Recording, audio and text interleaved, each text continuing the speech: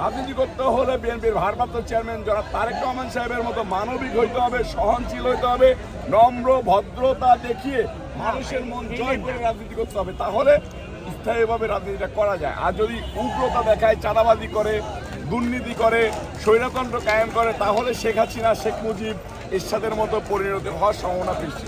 আমরা রাজনীতিবিদরা এতটুকু সচেতন থাকা উচিত। ধন্যবাদ।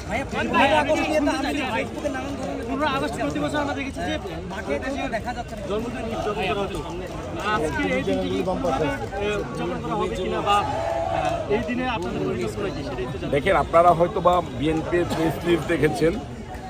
আমরা সবসময় যে কোনো বিষয়ে অতি উৎসাহী না হয়ে আমরা আমাদের প্রিয় নেত্রী বেগম খালেদা জিয়ার জন্য দোয়া মাহফিলের আয়োজন করেছি।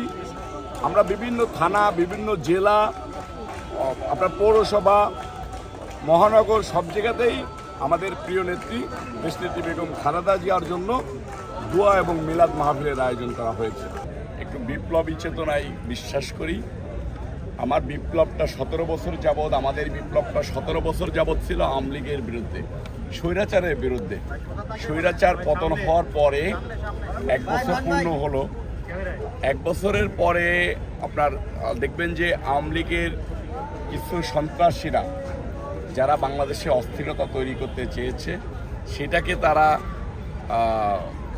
32 নম্বর ধানমন্ডি থেকেই তাদেরকে মনে করে যে একটা পেটের ভিতরে যদি নাভিতে সব নাড়ি বুড়ি থাকে, 32 নম্বরটা তাদের নাড়ি বুড়ির জায়গা।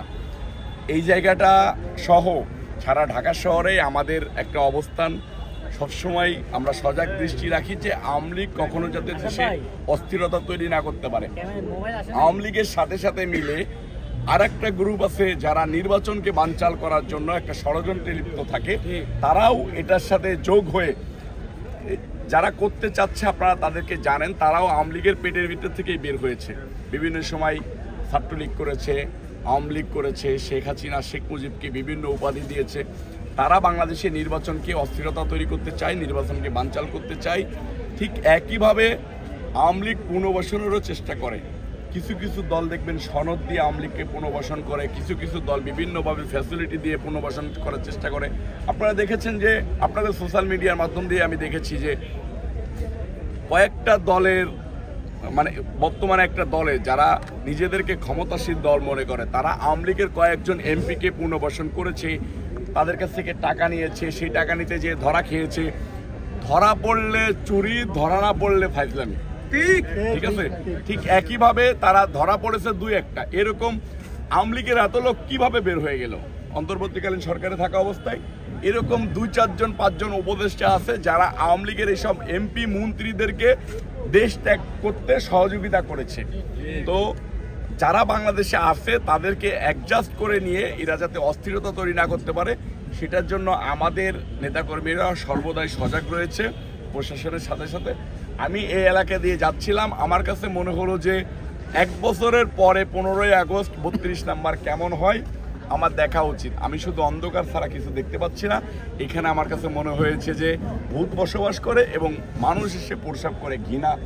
সিনিয়র নেতারা তো দেশবাসীর কাছে প্রতিনিয়তই আপনার প্রেস রিলিজের মাধ্যমে আপনাদের মধ্য দিয়েই মেসেজ দিয়ে থাকে। আমরা শুধু সারা বাংলাদেশের মানুষকে বলতে চাই যে যেভাবে ঐক্যবদ্ধ হয়ে 17 বছর যাবৎ, 17 বছরের ভিতরে 2 বছর যাবৎ ফখরুদ্দিন মহিউদ্দিনকে বিএনপির চেয়ারপারসন দেশনেত্রী বেগম খালেদা জিয়া এবং বিএনপির ভারপ্রাপ্ত চেয়ারম্যান জনাব তারেক রহমান সাহেবের হস্তক্ষেপে তাদেরকে সমর্থন জানিয়ে সারা বাংলাদেশের মানুষ ফখরুদ্দিন মহিউদ্দিনকে প্রতিহত করেছিল। ঠিক একইভাবে এই 15 বছর যাবৎ আওয়ামী লীগের 15 বছর যাবৎ বিএনপির ভারপ্রাপ্ত চেয়ারম্যান জনাব দেশনায়ক তারেক রহমান সাহেব, দেশনেত্রী বেগম খালেদা জিয়া তাদের ডাকে সাড়া দিয়ে ঐক্যবদ্ধ হয়ে লড়াই সংগ্রাম করে গিয়েছেন। সেটার কাঙ্ক্ষিত ফলাফল হতে যাচ্ছে ইনশাল্লাহ 2026 সালের ফেব্রুয়ারি মাসের নির্বাচন। এই নির্বাচনকে যারা বানচাল করার জন্য ষড়যন্ত্রে লিপ্ত রয়েছে তাদের বিষয়ে আপনারা সজাগ থাকবেন। কোনোভাবে কোনো অস্থিরতা তৈরি করতে দিবেন না, নিজেরাও কোনো অস্থিরতায় জড়াবেন না, সংঘাতে জড়াবেন না, যাতে করে নির্বাচনটা ক্ষতিগ্রস্ত হয়ে যায়। আমরা চাই, আমরা 17 বছর যাবৎ ভোটের জন্য লড়াই সংগ্রাম করেছি, আমরা ভোটের মধ্য দিয়ে একটা গণতান্ত্রিক সরকার চাই। সেই সরকার যেভাবে প্রতিষ্ঠিত করা যায় আমরা সকলে মিলে দেশ করব ইনশাল্লাহ। এখনই চলে যাব। আমাদের সব জায়গাতে একটা সজাগ দৃষ্টি রয়েছে যাতে মানে যে স্বৈরাচার চলে গিয়েছে, ঘৃণিত স্বৈরাচার শেখ হাসিনা স্বৈরাচার, এদের কোনো চেলাপেলারা যাতে রাস্তায় এসে কোনো প্রকার কোনো বিশৃঙ্খলা করে বাংলাদেশের মানুষের উপরে ভীতি সৃষ্টি না করতে পারে, সেটার জন্য আমাদের নেতাকর্মীদের সজাগ দৃষ্টি সারা ঢাকা শহরে আছে। ধন্যবাদ। আসলে আপনারা আগেও দেখেছেন, আর যেহেতু আপনারা প্রেস ক্লাবের মানুষ, প্রেস ক্লাবের সামনে দেখবেন যে 200-300 টাকা করে মাথা পিছু লোক পাওয়া যায়। তাদেরকে নিয়ে যে মিছিলের সামনে ঝাড়ু ধরিয়ে দিয়ে একটা ব্যানার ধরিয়ে দিয়ে যদি কোনো নেতার সম্মান ক্ষুণ্ণ করতে চাই, সেটা তো আর সম্ভব না। আপনাদের মধ্য দিয়ে, আপনাদের মিডিয়ার মাধ্যম দিয়ে আমরা দেখেছি যে মিডিয়াওয়ালারা জিজ্ঞেস করেছেন আপনি কোথা থেকে এসেছেন, কেউ বলতেই পারে না। তো এই টপিকসটা আমার মনে হয় ইগনোর করে যাওয়াই বেটার। ধন্যবাদ।